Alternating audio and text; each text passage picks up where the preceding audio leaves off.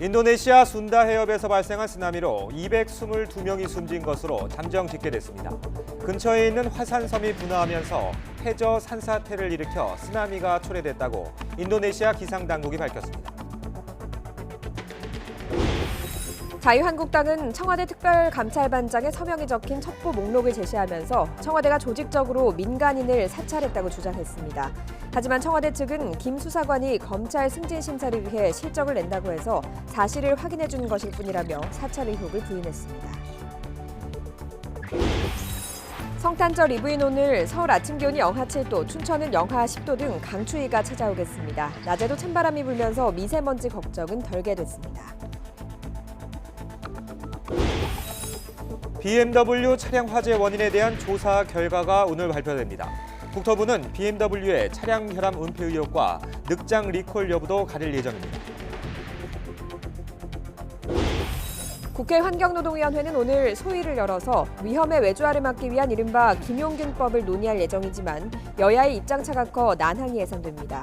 오는 27일 올해 마지막 국회 본회의에서 처리가 쉽지 않을 것으로 보입니다. 여러분 안녕하십니까? 12월 24일 월요일 굿모닝 YTN 시작합니다. 지난 9월 대형 쓰나미로 수천 명의 인명피해를 낸 인도네시아에 석 달 만에 또다시 쓰나미가 몰아닥쳤습니다. 순다 해협 근처 해변을 덮치면서 최소 222명이 숨지고 840여 명이 다쳤습니다. 한국인 피해는 아직 없는 것으로 파악됐습니다. 김태현 기자입니다. 쓰나미로 인해 인도네시아 순다 해협 근처 해변 주택가는 쑥대밭이 됐습니다. 파손된 자동차는 물 위에서 갈 길을 잃었습니다. 3m가 넘는 높이의 파도와 함께 밤사이 쓰나미가 덮친 순다 해협 일대는 인도네시아 수마트라 섬과 자바섬 사이에 위치해 있습니다. 이번 쓰나미로 인한 사상자가 1000명을 훌쩍 넘어선 가운데 절박한 구조 작업이 벌어지고 있습니다. 실종자와 부상자도 많아서 구조가 진행되면 희생자가 더 늘어날 것으로 보입니다. Panglima semuanya sudah bergerak di lapangan dan terakhir tadi saya mendapatkan laporan juga berapa yang meninggal karena tsunami ini, tetapi memang ini masih ya sekarang lagi upaya pencarian karena tidak menutup kemungkinan masih ada korban di dalam puing-puing. Kita mengerahkan dari semua instansi.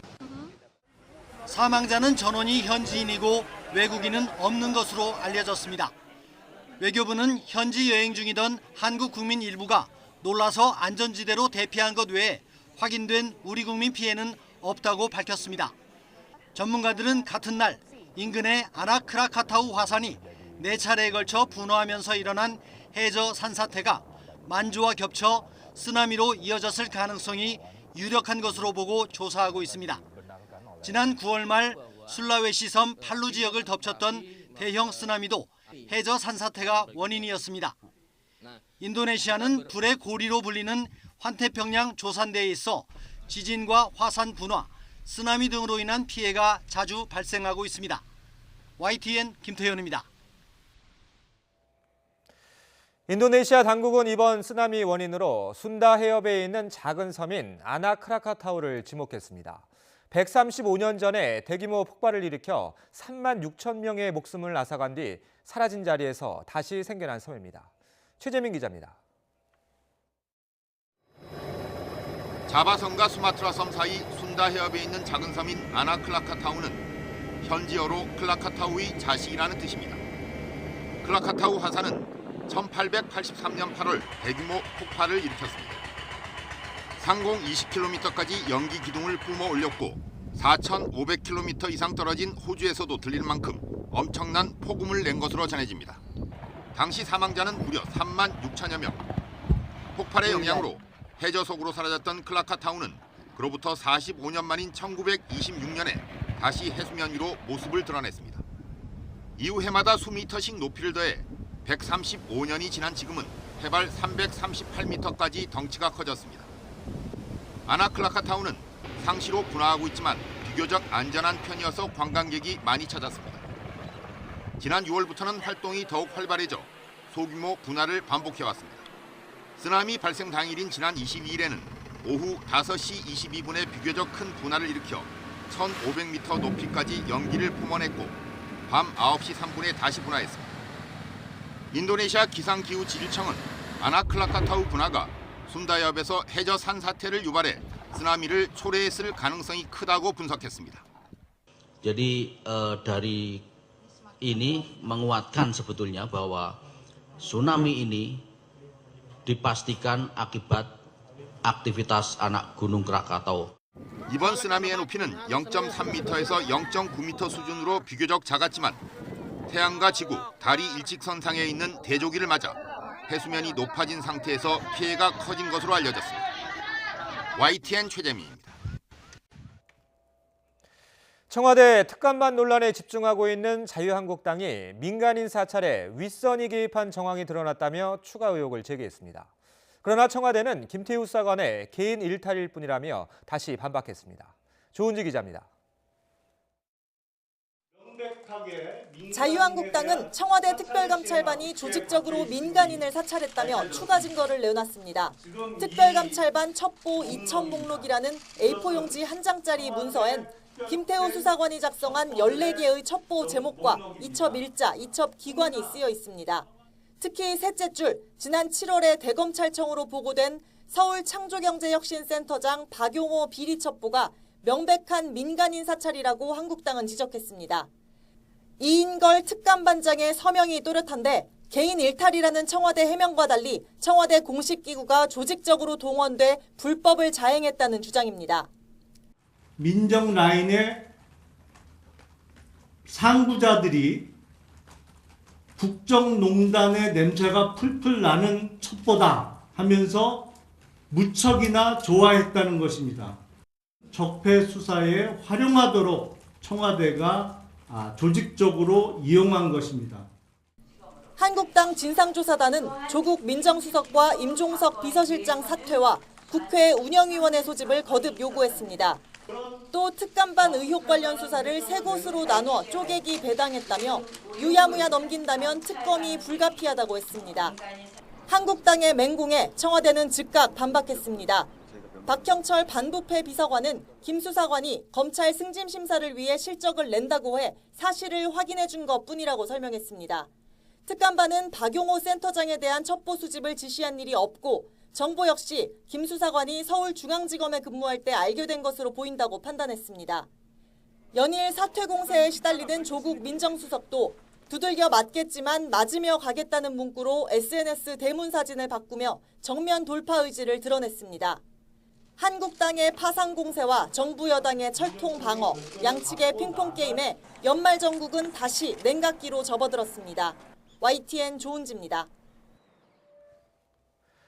청와대로부터 공무상 비밀 누설 혐의로 고발된 특별감찰반원 출신 김태우 수사관이 검사장 출신의 석동현 변호사를 법률 대리인으로 선임했습니다.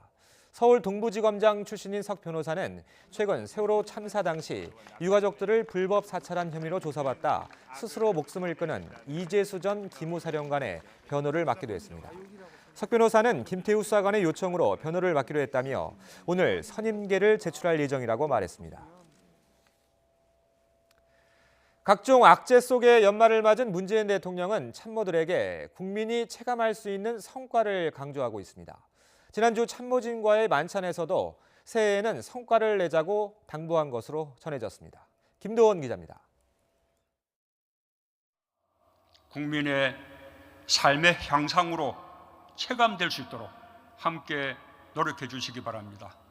성과가 나타나고 있다라는 믿음과 희망을 국민들께 드릴 수 있어야 할 것입니다.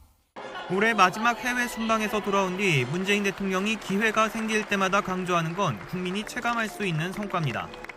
수출 규모, 국민 소득 등의 통계 수치가 아무리 좋아도 실생활에 와닿지 않으면 의미가 없기 때문입니다. 문 대통령은 지난 21일 청와대 관저에서 연 청와대 참모들과의 송년 만찬에서도 지치지 말고 업무에 충실해 줄 것을 당부했습니다. 한 참석자는 문 대통령이 집권 2, 3년 차가 되면 다들 지치고 힘들지만 초심으로 돌아가 힘을 내자고 격려했다고 전했습니다. 또 다른 참석자는 문 대통령이 경제 분야에선 성과가 나타날 수 있도록 열심히 하자고 했다고 말했습니다. 문 문 대통령은 정부 정책이 옳은 방향으로 가고 있다는 낙관과 신념을 강조한 것으로 전해졌습니다.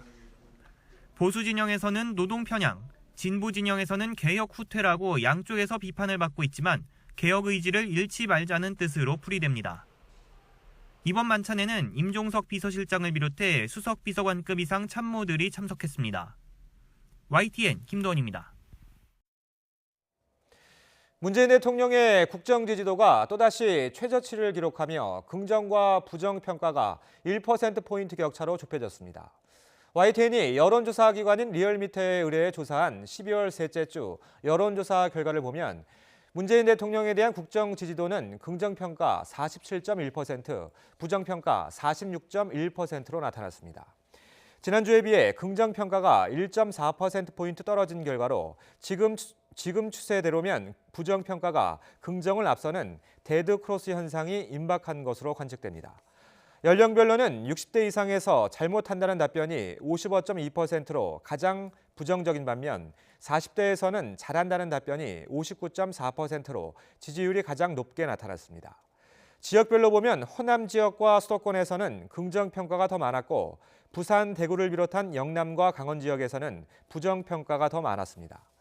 정당 지지율에서는 더불어민주당과 자유한국당 모두 소폭 올라 각각 38%와 25.4%를 기록했고 바른미래당과 정의당은 하락세를 보였습니다.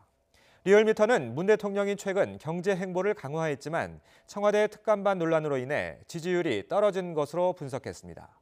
이번 여론조사는 지난 17일부터 21일까지 5일 동안 전국 19세 이상 유권자 2,500여 명을 대상으로 실시됐으며 자세한 내용은 리얼미터와 중앙선거 여론조사 심의위원회 홈페이지에서 확인할 수 있습니다. 잉글랜드 프로축구 토트넘의 손흥민 선수가 정규리그에서 2골 1도움을 기록하는 맹활약으로 올 시즌 최고의 모습을 보였습니다. 손흥민은 에버턴 원정 경기에 측면 공격수로 선발 출전해 1대 0으로 끌려가던 전반 27분 상대 실수를 놓치지 않고 동점골을 터뜨린 뒤 후반 16분 감각적인 뒷공간 침투에 이은 침착한 마무리로 한 골을 더 추가했습니다. 지난 20일 아스널과의 리그컵 대회에 이어 두 경기 연속 골을 터뜨린 손흥민은 리그 기준 5골, 전체 시즌으로는 8골을 기록했습니다. 토트넘은 에버턴을 6대2로 대파하고 4연승을 달려 2위 맨시티를 승점 2점 차로 추격했습니다. 어제 저녁 파주에서 관광버스와 승용차가 충돌해 2명이 다치고 버스 안에 갇혀있던 승객 5명이 구조됐습니다. 산불도 잇따랐습니다. 사건 사고 소식 김종균 기자가 정리했습니다. 구조대가 잘라낸 관광버스 앞유리창을 통해 승객들이 급히 빠져나오고 있습니다. 어제 저녁 7시 반쯤 파주시 문산읍 선유리에서 공단 출퇴근용 관광버스와 SUV 승용차가 부딪혔습니다. 이 사고로 버스 앞문이 구겨지면서 승객 5명이 갇혔다 구조됐습니다. 또 승용차에 타고 있던 운전자 25살 서모 씨 등 2명이 다쳐 병원에서 치료를 받았습니다. 2m 높이의 파도가 치는 제부도 남쪽 매바위에 해경 구조대가 접근합니다. 어제 오후 썰물대 매바위에 올라간 관광객 56살 신모 씨 부부를 구조하기 위해서입니다. 심 씨 부부는 밀물이 차오르는 것을 알아차리지 못해 고립됐습니다. 해경은 바다에 들어갈 때는 반드시 밀물과 썰물 시간을 확인해야 사고를 막을 수 있다고 당부했습니다. 산불도 잇따랐습니다. 어제 저녁 부천시 원동 부근의 야산에서 원인을 알 수 없는 불이 나 1시간 반 만에 꺼졌습니다. 이 불로 3,300제곱미터의 임야가 불에 탔습니다. 비슷한 시각에 경기도 광주시 무감리의 한 야산에서도 불이 나 1시간 만에 진화됐습니다. 인근 주민이 낙엽을 태우다 불이 난 것으로 추정되는 가운데 임야 1,500제곱미터가 탔습니다. YTN 김종균입니다. 네, 크리스마스 이브인 오늘 반짝 강추위가 찾아왔습니다. 목도리에 장갑까지 이렇게 꼈는데도 찬바람에 몸이 절로 움츠러드는데요. 현재 서울의 기온은 영하 5.2도까지 뚝 떨어졌습니다. 낮에도 서울 기온은 2도에 머물면서 어제보다 또 평년보다 5도가량이나 낮겠습니다. 갑자기 찾아온 추위에 감기 걸리지 않도록 옷차림 따뜻하게 하고 나오시기 바랍니다. 현재 중부와 전북 일부 내륙 지역을 중심으로 한파주의보가 발효 중입니다. 오늘 아침 대부분 영하권 추위가 찾아온 가운데 경기 북부와 강원 북부 지역은 영하 10도 아래로 기온이 뚝 떨어졌는데요. 강원도 철원이 영하 10.8도로 전국에서 가장 낮고요. 파주 영하 10.7도, 제천 영하 9도, 의성이 영하 7.2도까지 떨어졌습니다. 낮 동안에도 찬바람이 불면서 춥겠고요. 덕분에 미세먼지 걱정은 없겠습니다. 낮 기온 서울 2도, 대구 5도, 광주 6도, 대전 4도로 어제보다 4도에서 7도가량이 낮겠습니다. 크리스마스인 내일은 한파가 주춤하면서 예년 수준의 겨울 날씨가 찾아오겠고요. 또 밤 한때 중부지방을 중심으로는 약하게 눈이 날리는 곳도 있겠습니다. 지금까지 YTN 야외 스튜디오에서 박현실입니다.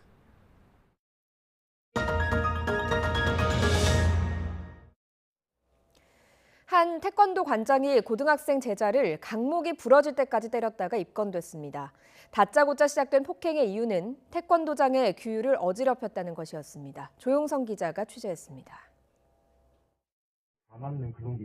엉덩이 양쪽이 빨갛게 부어올랐고 드문드문 피멍이 들었습니다. 고등학교 2학년 김모군이 자신이 다니는 태권도장의 관장에게 폭행을 당한 건 지난 12일. 이유도 알지 못한 채 일단 맞아야겠다는 말과 함께 강목이 부러질 때까지 맞았습니다. 김 군은 전치 2주의 진단을 받았고 정신적인 충격에 3년 동안 해오던 태권도를 그만뒀습니다.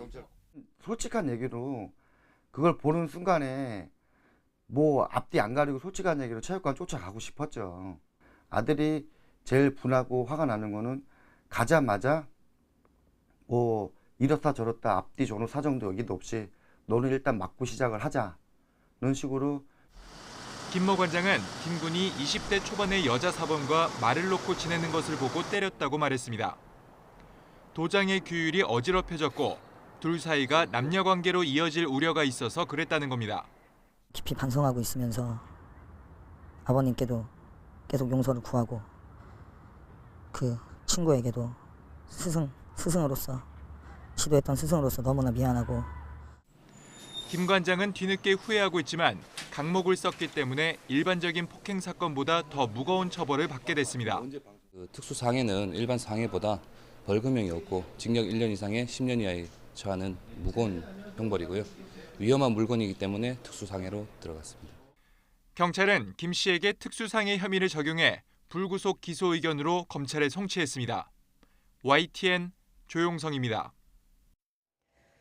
다스의 실소유주가 이명박 전 대통령이라는 판결에도 불구하고 다스와 관련한 증여세는 물릴 수 없다고 국세청이 결론을 내렸습니다. 현행 세법에 허점이 많다는 지적이 나오고 있습니다. 최민기 기자의 단독 보도입니다. 다스 실소유주는 이명박 전 대통령이다. 1심 판결 이후 관심은 이 전 대통령이 내야 할 세금 문제로 번졌습니다. 이명박 전 대통령이 다스의 실질 소유주가 되면 일감 몰아주기 증여세 납부 대상자가 되거든요. 그렇게 되면 이것도 실질적인 조사에 들어가야 됩니다. 국세청이. 그렇지 않습니까? 예, 그렇습니다. 네. 이렇게 일감 몰아주기가 문제가 되는 건 다스의 매출 구조 때문입니다. 다스와 거래하는 업체 중 이 전 대통령 아들 이시영 씨의 회사 SM 등 특수관계 법인은 모두 17곳. 다스는 이 회사들에게서 매출의 30% 이상을 올렸습니다. 현행세법상 이 매출 비중이 30%를 넘으면 일감 몰아주기로 보고 증여세를 부과할 수 있습니다. 부과 대상은 차명 주식을 통해 다스를 실소유하고 있던 이 전 대통령이 됩니다. 여기에 더해 형 이상은 씨 등 다스 주식을 넘겨받아 관리하던 이들에게도 증여세를 물려야 한다는 주장도 나왔습니다. 법원 판결에 의하면 이제 주식 명의 신탁이 이제 밝혀진 거 아니겠습니까? 그러면 국세청이 그 명의 신탁 주식에 대해서 증여세 부과해야겠죠? 그 누구든지 간에 네. 법과 원칙에 따라서 엄정하게 처리하도록 하겠습니다. 실제로 국세청은 이 전 대통령과 그 일가에 증여세를 물릴 수 있는지 검토했습니다. 그러나 YTN 취재 결과 국세청은 증여세를 받아낼 수 없다고 최종 결론 내린 것으로 확인됐습니다. 이유는 수출 목적으로 거래한 매출액은 일감 몰아주기 과세 대상에서 뺀다는 특례 조항 때문입니다. 다스의 경우 이 조항을 적용하면 일감 몰아주기로 보고 증여세를 부과할 수 있는 매출 비중이 기준선 밑으로 내려가게 되는 겁니다. 국세청은 또 다스 차명 주식 증여와 관련해서도 이상은 씨 등으로 명의가 넘어간 지 오래돼 세금 부과 기간이 지났다고 판단했습니다. 세법을 바꿔도 소급 적용은 안 됩니다. 차명 주식임이 확인됐지만 현행 세법에 따라 이 전 대통령 일가에 대한 증여세를 부과할 수 없게 됐습니다. YTN 최명기입니다.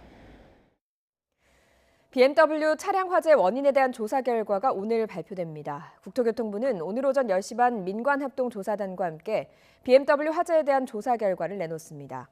화재 원인과 함께 BMW의 차량 결함 은폐 축소 의혹과 늑장 리콜 여부도 가릴 예정입니다.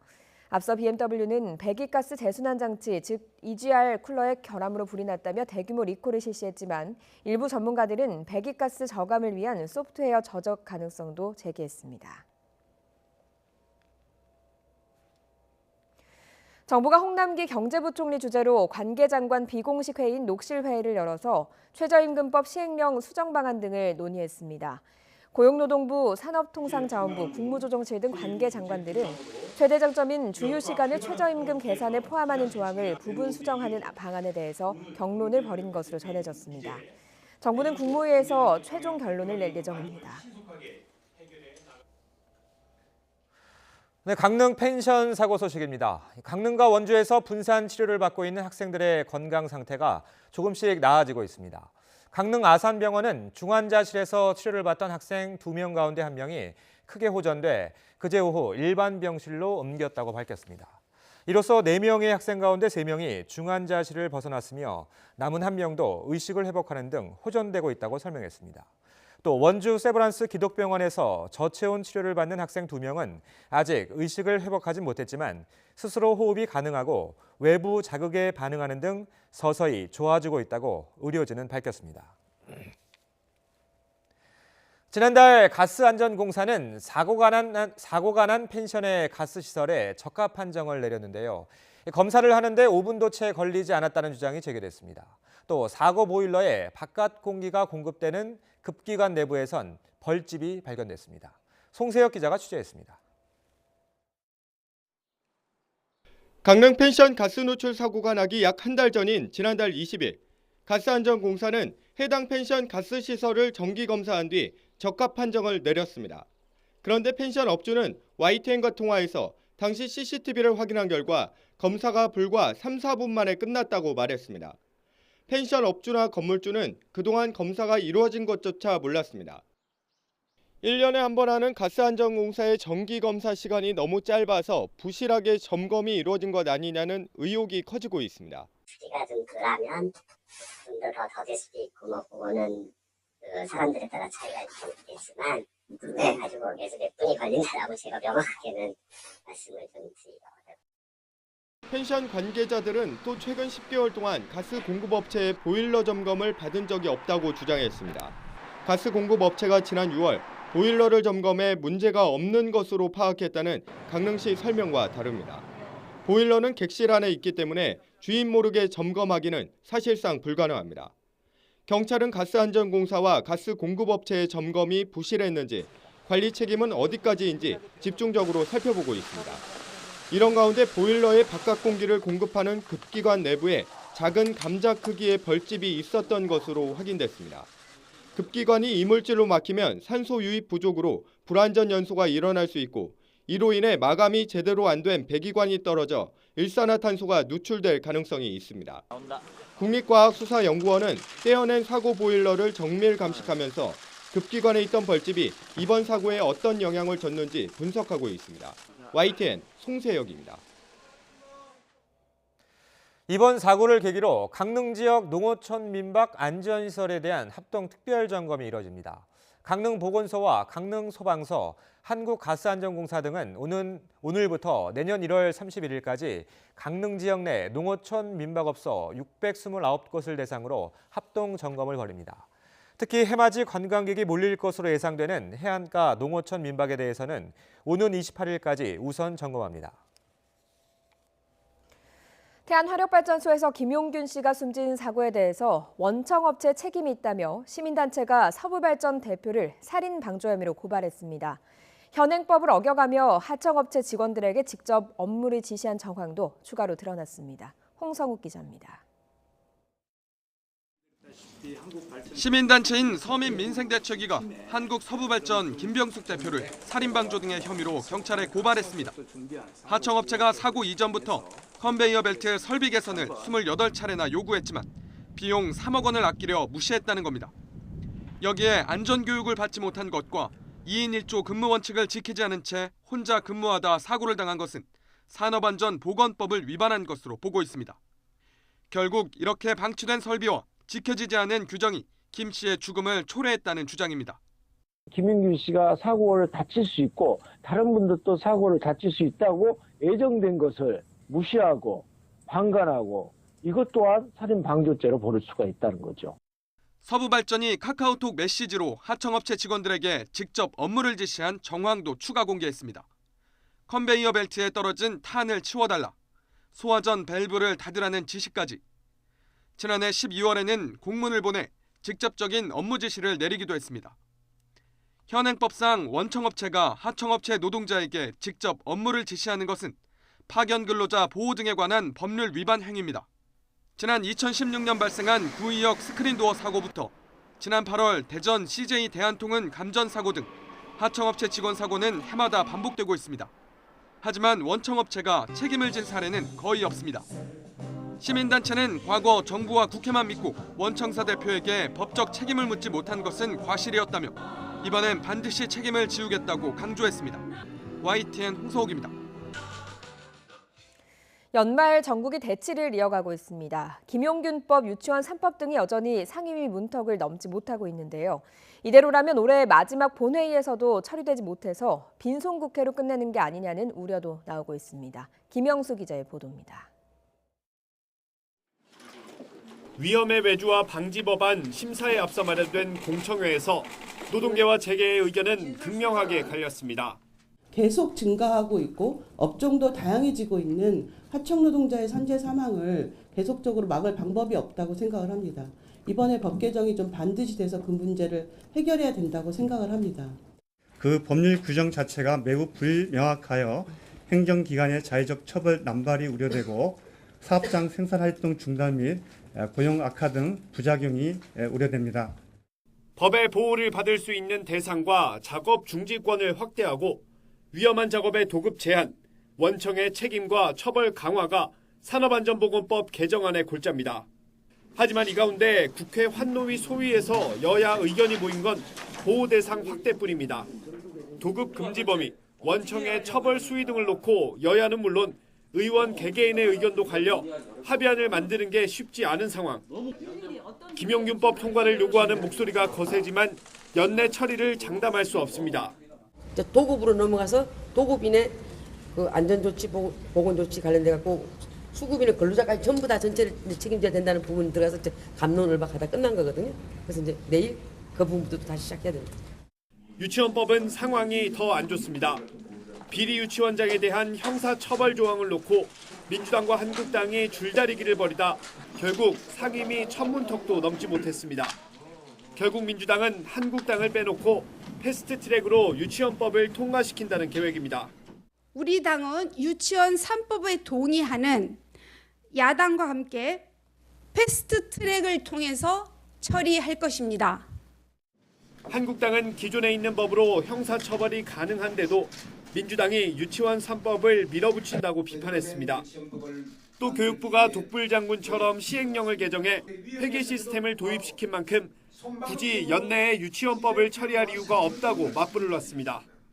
법은 꼭 연말에 통과해야 되지 않으면 무슨 큰일이 나는 것처럼 얘기를 하다가 시행령으로 그렇게 회계 시스템을 하게 되면 저희는 굳이 지금 연말에 이렇게 무리하게 법안 심사를 계속 진행할 이유가 없다고 하는 것이고. 캐스팅 보트를 쥔 바른미래당은 한국당을 설득하는 게 우선이라는 입장이어서 법 통과에 1년이 걸리는 패스트트랙을 활용하는 것도 쉽지 않을 전망입니다. YTN 김영수입니다.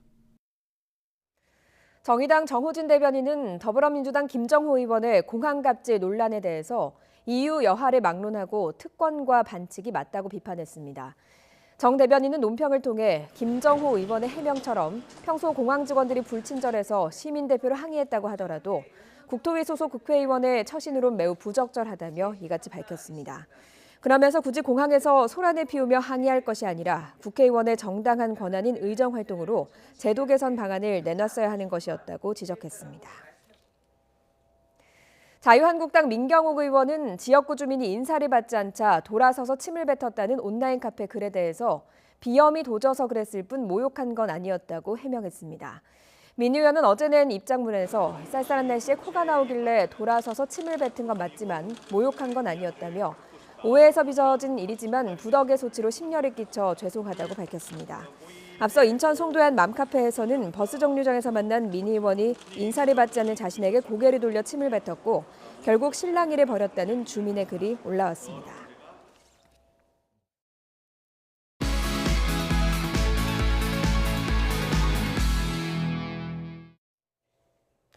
오늘 아침 주요 뉴스입니다. 인도네시아 순다 해협에서 발생한 쓰나미로 222명이 숨진 것으로 잠정 집계됐습니다. 근처에 있는 화산섬이 분화하면서 해저 산사태를 일으켜 쓰나미가 초래됐다고 인도네시아 기상당국이 밝혔습니다. 잉글랜드 프리미어리그 토트넘의 손흥민이 에버턴과의 원정 경기에서 2골 1도움을 기록하며 맹활약했습니다. 손흥민은 이번 달에만 5골을 몰아치며 절정의 감각을 이어가고 있습니다. 리얼미터 여론조사에서 문재인 대통령의 국정 지지도가 또다시 최저치를 기록하며 긍정과 부정평가가 1%포인트 격차로 좁혀졌습니다. 긍정평가 47.1%, 부정평가 46.1%로 나타났습니다. 성탄절 이브인 오늘 서울 아침 기온이 영하 7도, 춘천은 영하 10도 등 강추위가 찾아오겠습니다. 낮에도 찬바람이 불면서 미세먼지 걱정은 덜게 됐습니다. 오늘 아침 주요 뉴스였습니다. 얼마 전 강원도로 신병 면회를 갔다 집으로 돌아가는 일가족이 교통사고로 목숨을 잃은 사고 소식 전해드렸죠. 안타까운 소식에 참혹한 일을 겪은 신병을 빨리 전역시켜달라는 청와대 국민청원이 올라오고 있습니다. 박서경 기자의 보도입니다.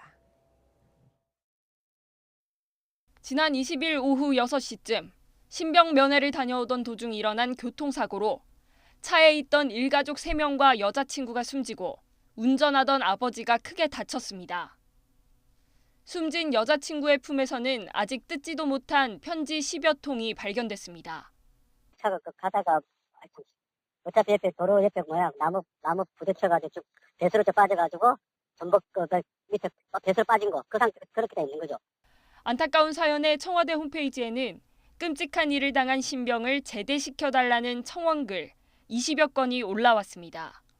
소중한 사람을 한꺼번에 잃은 신병의 심리 상태가 걱정될 뿐 아니라 당장 위중한 아버지를 돌보기 위해서라도 조기 전역이 필요하다는 내용입니다.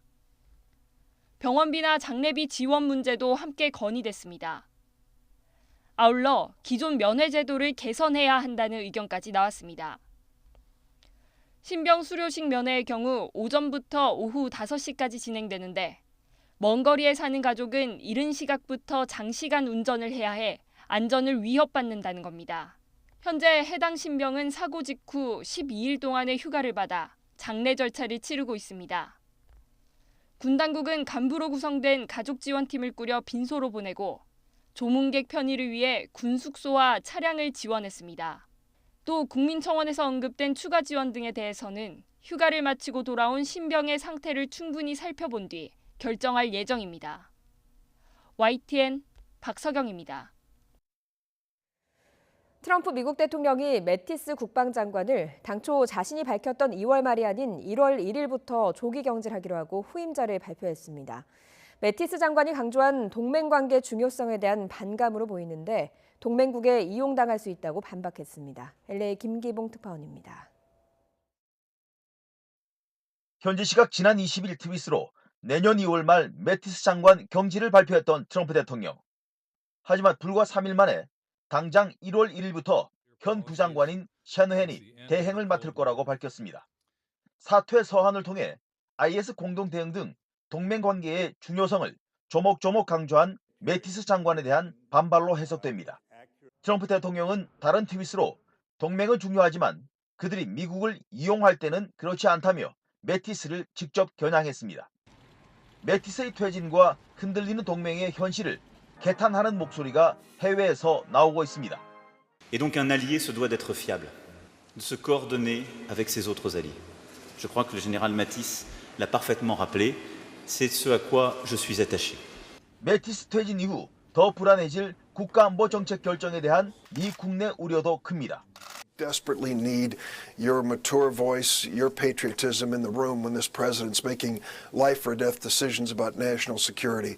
But it obviously reached a breaking point. 당장 도움이 되지 않으면 동맹도 필요 없다는 식의 사고와 그에 대한 반대 의견을 듣지 않는 트럼프 대통령의 스타일, 어떤 불똥이 되어 어디로 튈지 알 수 없는 상황입니다. LA에서 YTN 김기봉입니다. 정부가 경의선 동해선 철도 도로 연결과 현대화 착공식 준비를 위한 선발대를 북측에 파견했습니다.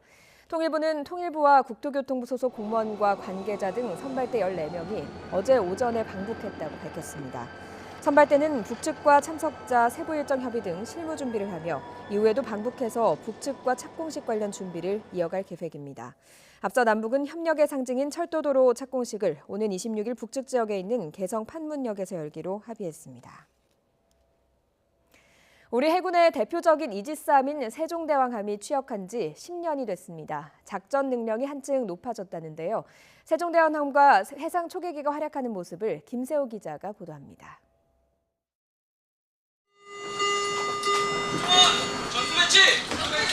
전투 배치! 우리나라 첫 번째 이지스함인 세종대왕함이 해상 경계에 나섭니다. 함교에서는 수평선을, 전투 지휘실에서는 레이더를 쉴 새 없이 살핍니다. 신의 방패라 불리는 이지스 전투 체계를 탑재하고 지난 2008년 12월에 추역해 벌써 10년을 맞은 세종대왕함. 길이 165m, 1000km 밖 900여 개의 목표물을 동시에 탐지할 수 있는 최첨단 레이더를 장착했고 대공 유도탄 SM-2와 대함 해상 유도탄 등 막강한 화력도 갖췄습니다. 특히 지난 2009년 북한의 대포동 2호 미사일을 처음으로 추적 감시하며 실전 능력을 과시했고 동맹국인 미국과의 연합훈련 효과도 극대화시켰습니다. 세종대왕함은 지난 10년간 강도 높은 훈련으로 대비태세를 확립하며 불철주야 우리의 바다를 지켜왔습니다. 앞으로도 어떠한 상황에서도 맡겨진 임무를 완수하며 우리 바다를 반드시 지키겠습니다. 세종대왕함을 필두로 율곡 2함과 서해 유성룡함 등 이지스 구축함이 차례로 실전 배치되며 대양 해군의 발판도 마련했습니다. 또 바다 위 하늘에서는 해상 초계기 P3C가 날며 영해와 영공은 물론 바닷속 잠수함 경계 작전에도 만전을 기하고 있습니다.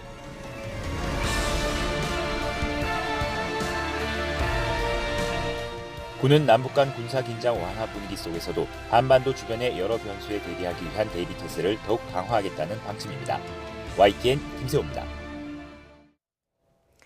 지난 20일 우리 해군이 동해에서 조난한 북한 어선을 수색하는 과정에서 일본 해상자위대 초계기를 향해 영상 촬영용 광학 카메라를 켰던 것으로 알려졌습니다. 군소식통은 어제 구축함 광개토 대왕함이 당시의 지침에 따라서 항해용 레이더와 사격 통제 레이더를 가동하고 있었다면서 일본 해상 초계기가 우리 함정 쪽으로 접근해오자 광학 카메라를 운용했다고 밝혔습니다. 군소식통은 카메라를 운용하면서 추적 레이더가 함께 돌아갔지만 빔을 방사하지 않았다면서 일본 초계기를 위협한 행위는 없었다는 점을 분명히 밝힌다고 강조했습니다.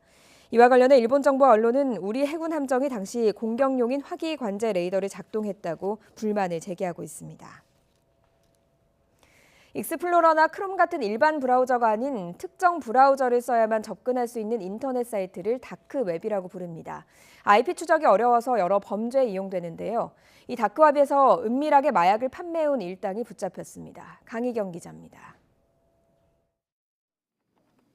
인터넷 사이트에서 대마초를 뜻하는 떨, 필로폰을 뜻하는 작대기 등의 은어를 검색하면 나오는 결과입니다.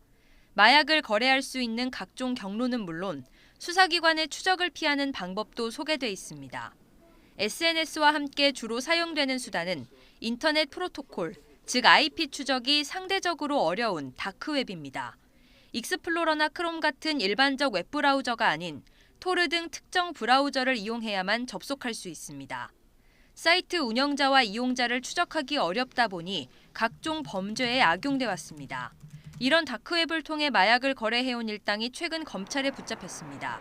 검찰이 운영자를 검거한 건 이번이 처음입니다. 운영자 39살 신모 씨 등은 지난 3월부터 최근까지 다크웹에서 마약 전문 판매 사이트를 운영하며 회원 600여 명을 끌어모으고 판매상들과 공모해 50차례 이상 마약 매매를 알선한 혐의를 받고 있습니다. 이들은 암호화 메시지로 연락을 주고받고 거래 기록을 감추기 위해 가상화폐 다크코인을 사용한 것으로 조사됐습니다. 검찰은 사이트 제작자와 운영자, 판매상 등 모두 9명을 구속해 재판에 넘기고 사이트를 폐쇄했습니다. 다크웹은 기본적으로는 IP 추적을 피할 수 있도록 고안된 런닝망입니다. 다크웹 마약 판매 사이트의 운영자를 최초로 검거하고 서버 자체를 압수해서 사이트를 폐쇄함으로써 해당 사이트를 통한 온라인 마약 유통을 차단하게 되었습니다. 또 마약 유통을 통한 범죄 수익 1억 원을 보전 청구하고 나머지 판매상들을 추적하고 있습니다. YTN 강희경입니다. 최근 3년 동안 겨울철 서울 지역의 119 출동 건수가 매년 늘어난 것으로 나타났습니다. 서울소방재난본부는 겨울철 서울 지역 119 출동 건수가 지난 2015년에 3만 9천여 건, 지난 2016년에는 4만여 건, 지난해에는 5만 8천여 건으로 매년 증가하고 있다고 밝혔습니다. 한파 관련 구조 활동으로는 동파가 최근 3년 동안 2,900여 건으로 가장 많았고 고드름 제거와 상하수도 배수가 뒤를 이었습니다. 또 동파를 막기 위해서 수도 등에 설치한 열선이 오작동해서 불이 나는 경우도 많았습니다.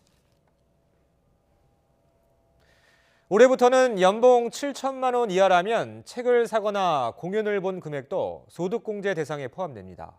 중소기업에 취업한 청년층에게 소득세를 더 줄여주던 것도 대상과 기간을 더 확대했습니다. 새로 추가됐거나 놓치기 쉬운 올해 연말정산 내용 김평정 기자가 정리했습니다.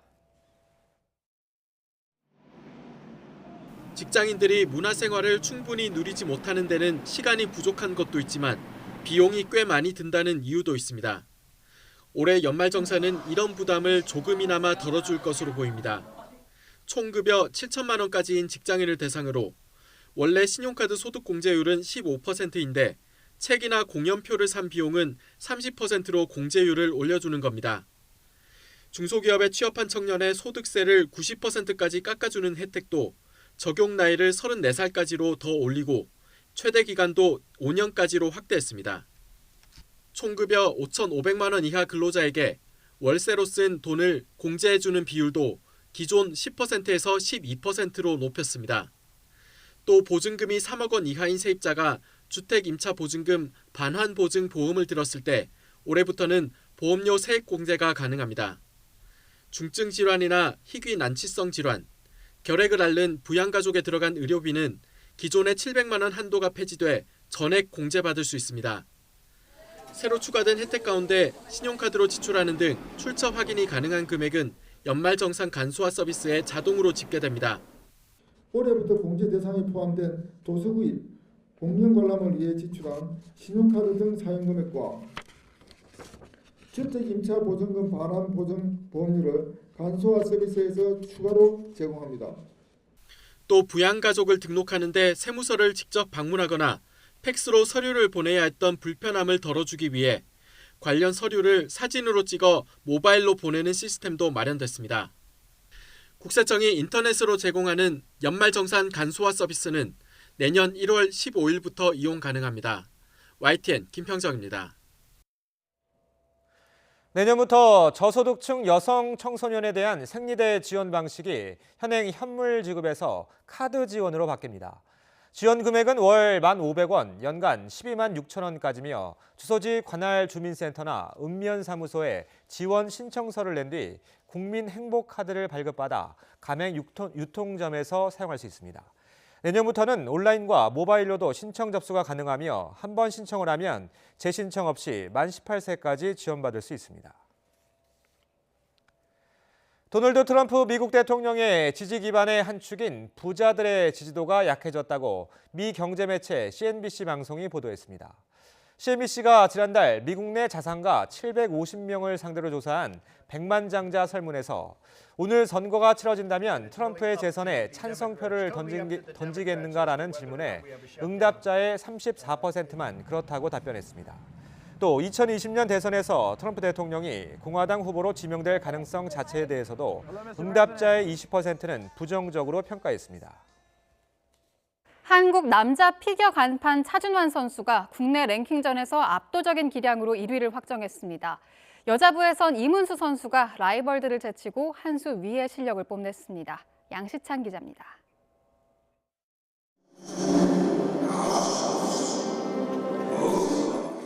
로미오와 줄리엣 선율과 함께 차준환의 매혹적인 연기가 시작됩니다. 첫 점프인 4회전 토르프를 완벽하게 성공하더니 긴장을 떨쳐버린 듯 이어지는 4회전 살코와 트리플 악셀 등 고난도 점프도 흠잡을 데 없이 해냅니다. 부드러우면서 절도 있는 동작이 이어질 때마다 관중석에선 감탄의 박수와 환호가 터져나옵니다. 완벽에 가까운 연기를 펼치며 어제 쇼트에서의 실수를 말끔히 지웠습니다. 프리스케이팅에서만 179.73점을 받았고 합산 점수는 257.01점입니다. 2위 이준형을 55점 이상 앞선 압도적인 성적입니다. 시니어 그랑프리 무대에서 한국 남자 피겨 사상 최초로 메달을 목에 건 뒤 맞는 두 번째 국내 무대에서도 절정의 기량을 선보이며 향후 4대6 선수권과 세계선수권 대회 전망도 밝혔습니다.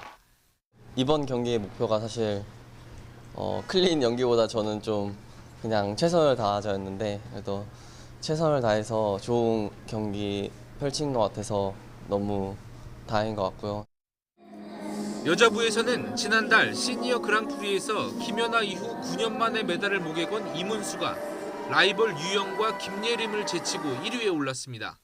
한국 선수들하고 이제 같이 타게 되니까 저도 옆에서 한국 선수들을 많이 보고 그런 점에서 저도 발전할 수 있는 이유가 계속 생기고 이번 랭킹전 성적에 따라 남자 싱글은 차준환과 이준형, 이시형이, 여자 싱글은 이문수와 김예림, 김하늘이 내년 2월 4대6 선수권 대회 출전권을 얻었습니다. YTN 양시창입니다. 올 시즌 미 프로야구 텍사스 레인저스에서 활약한 추신수 선수가 가족과 함께 귀국했습니다. 월드시리즈 선발로 등판한 류현진 선수가 부럽다고 말했는데요. 직접 들어보시죠. 정말 부러웠어요. 정말 부러웠고 원래는 제가 이 시즌이 끝나고 나면 사실 좀 잘 안 보는데 야구를 현진이가 이제 월드시리즈 가음으로 인해서 좀 보게 됐는데 후배지만 대단하고 또 한국 선수로서 최초로 그런 메이저리그 마운드에 월드시리즈라는 곳에서 저도 안 뛰어본 곳이고 항상 생각만 하고 꿈만 꾸던 곳인데 좀 많이 부러웠어요. 많이 부럽고 저는 이제 인생 끝나기 전에 한번 해봐야죠. 프로배구 한국도로공사가 수비의 힘으로 GS칼텍스의 시즌 첫 승을 거뒀습니다. 도로공사는 V리그 여자부 홈경기에서 GS칼텍스를 세트스코어 3대1로 물리치고 올 시즌 상대 전적 2연패에서 벗어났습니다. 남자부에서 우리카드는 KB손해보험을 세트스코어 3대1로 물리치고 10승째를 따내며 4위로 3라운드를 마쳤습니다. 프로농구 오리온이 상위권 팀인 인삼공사의 천적임을 재확인하며 연패에서 벗어났습니다. 오리온은 고향에서 펼쳐진 프로농구 정규리그 홈경기에서 최진수의 17득점, 14리바운드, 8어시스트의 맹활약을 앞세워 인삼공사를 96대 86으로 제압하고 2연패에서 탈출했습니다. 전주에서는 KCC가 삼성과 연장 접전 끝에 100대 92로 승리했고 창원에서는 LG가 SK를 87대 65로 물리쳤습니다. 크리스마스 이브 출근길 반짝 강추위에 감기 걸리지 않도록 옷차림 따뜻하게 하셔야겠습니다. 밤사이 찬 공기가 남하하며 어제보다 10도가량 기온이 뚝 떨어졌는데요. 현재 경기 북동부와 강원 지역, 충청과 전북 일부 지역에 한파주의보가 내려졌습니다. 현재 파주가 영하 10.9도까지 내려가서 전국에서 가장 춥고요. 서울은 영하 5도, 남부 지역도 영하권을 보이고 있습니다. 한파는 크리스마스인 내일 잠시 주춤하겠습니다. 내일 아침 서울 기온은 영하 2도, 낮 기온은 영상 5도까지 올라서 예년 수준 웃도는 겨울 날씨를 보이겠습니다. 밤에 중부 지역은 산발적으로 눈발이 약하게 날리는 곳이 있겠습니다. 오늘은 종일 전국의 하늘이 맑겠습니다. 찬바람이 강하게 불면서 미세먼지 농도는 전국이 좋음에서 보통 수준을 보이겠습니다. 낮 기온은 어제보다 내려갑니다. 서울의 한낮 기온이 2도, 청주 3도, 대구 5도, 부산 9도, 광주 6도선에 머물겠습니다. 성탄절이 지난 뒤 글피부터 다시 영하 10도 안팎의 매서운 한파가 기승을 부리겠습니다. 날씨 정보였습니다. 굿모닝 YTN 2부 잠시 뒤에 이어집니다.